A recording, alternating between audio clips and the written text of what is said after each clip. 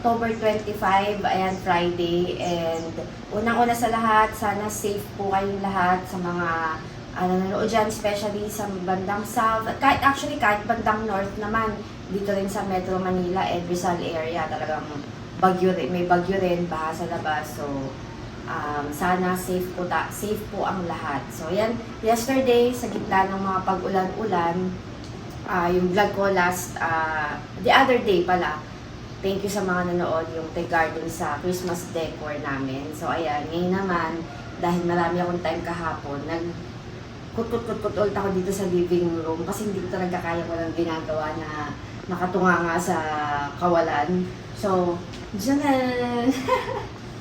So, ayan, kung matatandaan nyo, siguro mga early this month or last month, nag-vlog ako ng new plant na may plant kami dito sa living room. Second swami ko yon. Ito, Japanese swami or water jasmine. Nalilito ko sa pangalan nito. So, napansin ko lang, parang ito yung eat plant. Isa to sa eat plant. Ngayon, pang indoor decor, ganyan. Kasi diba, parang nauso yung minimalist. Simula naman nag-pandemic, medyo nauso yung minimalist. So, before, parang ang natatandaan ko talaga, matagal eat plant, fiddle leaf fig. Although hanggang ngayon, marami pa naman naglalagay ng fiddle leaf fig. Favorite ko rin ng fiddle leaf fig. I mean, di ba, pag nauso kasi ang isang bagay, talaga nagmamahal. So, ang mamahal po ng, kumbaga, ang dami nagmura na plants. Napansin ko, lalo sa mga seller talaga na, mga social seller, ganyan, yung may shop talaga, ang mahal ng ganito. So, yung isa ko po na nabili, yung second na vlog ko nakaraan, binenta ko yun. Kasi actually medyo disappointed kasi ako sa plant na yun kung na-mention ko rin nun dahil iba nga yung napadala sa akin. Although medyo kamukha naman din siya napili ko, but alam niyo yung meron ka ng isip na gano'n, ay hindi ito yung binili ko eh. So, di ba, parang wala na lahat. Parang kung yung kung yung pinili ko yung dumating, edi okay sana, di ba? Kahit hindi ganun ka na-reach mo yung expectation na yung talagang gusto mong form. May ganun kasi ako eh. Parang ang problema ko kasi, pagka parang, kunwari, may ina-expect ako, tapos hindi yun yung wala na, parang ganun. So anyway, pakita ko na nga, mamaya na tayo dyan. So dito, ito napakita ko na to last time.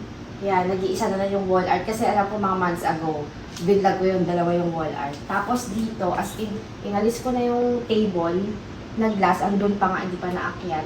Kasi, kailangan kong i-adjust tong sofa. Ang haba kasi ng sofa na to. Custom made po ito na sofa. 2021 pa to. So, ang haba nito. So, hindi ko pwedeng yung original na pwesto ng sofa kasi malapad tong si lola mo. So, kailangan kong mag-adjust dito sa other side para maluwag lang. Tsaka medyo OA na. Medyo into minimalist na nga ako, diba? Alam kong hindi pa rin naman super minimalist. Pero sa dami ng decor namin before, maniwala kayo minimalist na yan. So, ang malaking changes, etong light na to, kung natatandaan yung nag-vlog ako last time, nandun yan sa taas. So, nilipat ko dito kasi, etong swami kasi, kailangan to. Actually, outdoor plant talaga to eh. Kahit nung una kaya hindi rin ako nagpa-auto dito kasi ang iniisip ko baka mahirapan ako gusto ko ng challenge, diba? At saka marami nang naglalagay. Sila nga feeling ko naglalagay lang sila kahit wala silang alam sa plants kasi maganda lang, diba? Or sinasuggest ng interior decorator, diba? Ano pa ako, diba? May alam naman ako sa plants, parang ganon. So, nilagay ko tong lights na to para maano siya, parang, di ba may liwanag? Okay naman din yun, yung lamp na yun. Ang problem is, yung head niya nandito. Tapos basta, iba yung effect. So, naisip ko ilipat. So, nagpalit sila. Then dito nga, nag-alis na ako ng kung ano-ano para maluwag lang tingnan. Hindi yung parang meron na doon, meron pa dito, parang gano'n. So, naglagay ako ng something lang na box doon kasi para sa mga anik-anik ni Rafa, mga laro-laruan niya, ganyan. So, eto nga ang kwento dito sa aking bagong Suwame, bagong plant. Hindi, suwame ba? Basta yun ang basa ko. Ang basa ko, suwame, o suame, ganyan. So, eto talaga yung perfect for me na shape. Ayoko ng sobrang taas. Actually, mga ano to, kung itatayo mo talaga to, abot daw ng mga 6 feet. Tinayo ko pa nga yan ng konti kasi baka naman mga tinayong nakaupo dito. So, dinirect, naka-seedling pot lang siya, naka-nursery, yung plastic bag, parang ganon. Tapos, nilipat ko na siya dito. Yung pot na to, magaan lang to. Ito yung parang mukhang concrete pot, pero magaan. Nabili ko to sa Shopee before, matagal na, parang 1,000 plus. Pero sulit na sulit kasi magaan siya. So, bihira akong mag-direct sa soil, mag-direct ng nakatanim talaga. Pero kasi ang laki nung pinaglalagyan nito, hindi kakasya kung ipapatong. So, sabi ko, i-direct ko na nga para maganda naman tingnan. So, ayan. Actually, may tali yan. Kasi pag hindi inalis yung tali, sobra siyang lalaylay. So, meron nga akong binibilan sa Marcos Highway na red ribbon. Yung red ribbon na may katabing, yung nagbebenta sila, parang display showroom ng mga toilet bowl. Tapos, ang dami nilang gantong swami. Last year pa yan or last year eh. Gandang-ganda na ako pero hindi ko alam na swami siya. Ang ganda, sabi ko, ang ganda ng itsura. Parang Japandi or Japanese minimalist, ganyan. Tapos, nito ko lang nalaman, swami, ganyan. Tapos, nakita ko yung gusto ko na shape. Sabi ko, pipicturean ko. Tapos, sakto naman. Nakakita ako, ito. Hindi ko talaga planong bumili pa. So, nakita ko lang sa Facebook Marketplace. Matagal na yung seller ko yung nakikita. Tapos, tinry ko lang din kung available. So, yun nga available. Sabi ko, pagkakita ko, binenta ko, pinost ko yung isa ko. Asan ba yun? Eto siya, oh. Hindi pa napapick up. Ayun, nakapack na nga sila eh. Ayan, oh, ayan yung isa. Wala pang 5 minutes na benta siya. So, ayun. Kaya, eto na, in-order ko na to nung isang araw to kahapon to dumating. Yung medyo hindi pa nag-uumpisa masyado yung ulan dito kasi hapon nag-start yung ulan or after lunch eh. Ang ganda-ganda niya. Tapos, ngayon ko lang naamoy na ganun pala kabango yung flowers. Kasi yung isa kong unang-unang swami, yung parang bonsai style, bonsai type. May flowers yun, pero hindi ganito kadami. Ang daming flowers. Ang bango, grabe. Kaso naglalagas na sila siguro kasi na-stress. Ayun, nalagas na yung ibang flowers. Tsaka syempre yung paglipat-lipat. So, ayan, ang ganda.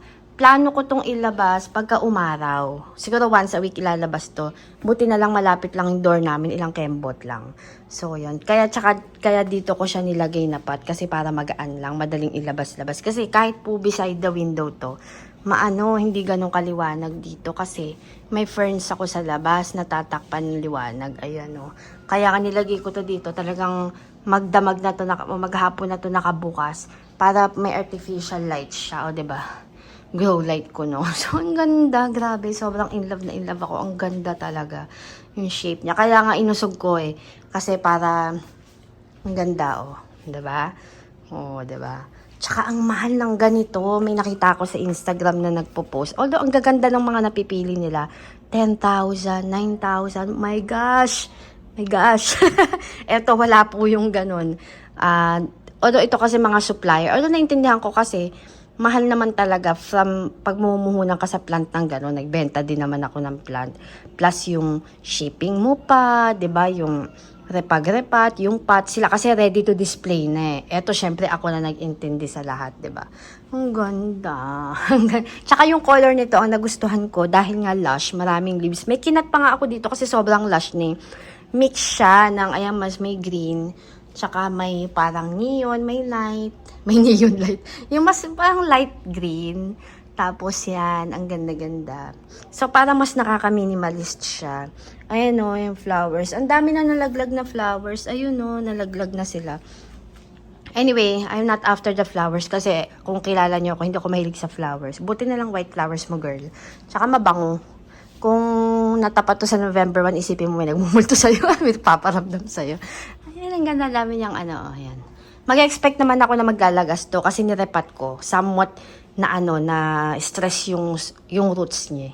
So, yun, ang ganda-ganda. Yun lang naman po. Ito naman sa area na to, eto, nag-add na ako ng small ganito. Dapat sa door. Kaso, parang isip ko, dito kasi meron na sa hagdan. So parang dito na lang something. Dapat dito yan eh. Kaso ayoko nang magulo. Dito ayoko nang, naiirita ako pag marami nakapatong dito. So dito ko siya nilagay. Nakaano lang yan. Nakapatong lang yan.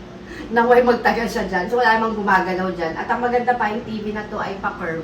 So parang may ano siya, may patungan siya na gan. Ako lang yung gumawa din ito. So eto na yung sinabi ko na dumating from Lazada. Actually hindi ko na na-add doon. Dito ko na lang ginawa, tapos kung ano na lang yung makita ko na ano, kumuha ko ng isang ganito doon para match. So, ayan. Pero wala na tong lights kasi may backlight naman tong TV na to sa likod na hindi ko na on. And then, sa taas, hindi na ako nalagay kung ano-ano. Tapos ito, binalik ko dito. Kasi nandun siya doon sa kung nakakatanda ng naglag ako yung sa dining, ginawa ko sa dining. Inalis ko siya ulit doon. Dito to original talaga, itong light na to. Actually, plano ko maglagay pa ng isa kasi parang alanganin yung isa, parang dalawa sila na nakaganon. Either mas mataas yung isa, para diba medyo mas balance. So, yun. Tapos, naiba-iba yung color nito. Ito medyo, may parang mix to ng warm white and white. Tapos, meron yung white na white, meron din yung warm white lang. Naiiba-iba siya. Every pag tinatanggal sa saksak or yung on-off yun, naiiba yung color. And then, eto, binali ko lang din ulit tong mirror. Tapos dito, nilagay ko lang yung lagayan to ng mga candies. Tapos eto, gamit ng husband ko, sombrero, keys, wallet, gano'n. Tapos eto mga coins. Hindi muna ako naglagay dito kasi actually may plano ako dito. Kung matatandaan nyo, dati naglagay ako dito ng extension na ganito. Kasi nabibitinan ako dito. Kasi ang laki ng TV, alanganin. Dapat, yung console mo dito, mas mahaba sa TV. Ang laki ng TV, 65 inches siya. So, dapat mas mahaba. May plano na akong ang tagal talaga. Ang hirap maghanap ng mahabang ganito, unless custom made. Dati kasi may custom made kami na mahaba, dalawang mirror na lalagyan. So, binenta ko na yun, syempre. Tapos, pumalit to. Nag-iba-iba na kulay nito. Gray to originally, naging black, naging white, nag-iba-iba na. So, ito muna yung nilagay ko, kinuha ko sa garden. Dahil wala naman siyang say-say doon. So, ito muna, minimalist lang siya. Bala ko kasi si Rafa nag-request siya ng Christmas tree. Nag-request siya ng Christmas tree. So, plano ko, na-mention ko rin sa last vlog, ang plano ko talaga is minimalist na dalawang magkaibang size. Hindi ko sure kung dito kilalagay kasi baka ano na, di ba? Parang overwhelming na. So, bahala na baka sa dahil October pa lang naman. So, yun. At, yun na nga nandito. Para kasi mas, nung naglagay ako nito, sumikip eh. Sumikip yung area. So, yun guys, ang haba na ng vlog ko. So, lesson learned sa akin na talagang wag basta bibili. Lagi naman lesson learned sa akin yan. Tsaka kilala niyo ako talagang before naman. Hindi ako yung tipong super pag kunwari may gusto talaga ako. Hindi ako yung basta bibili, pero siguro na sobrang gusto ko lang talaga nung time na yun ng malaking suwame. Na kahit hindi yung shape na gusto ko, kinuha ko. So, nag-end up din ako disappointed at hindi mapakali. So, parang lesson learned sa akin na, Roma, mag-alat ka ng, yun talagang, kasi mas mahal po ito doon ng konti sa binili ko dati, ng budget, at least na paggastos ka sa gusto mo na. Di ba? Yung parang ganon.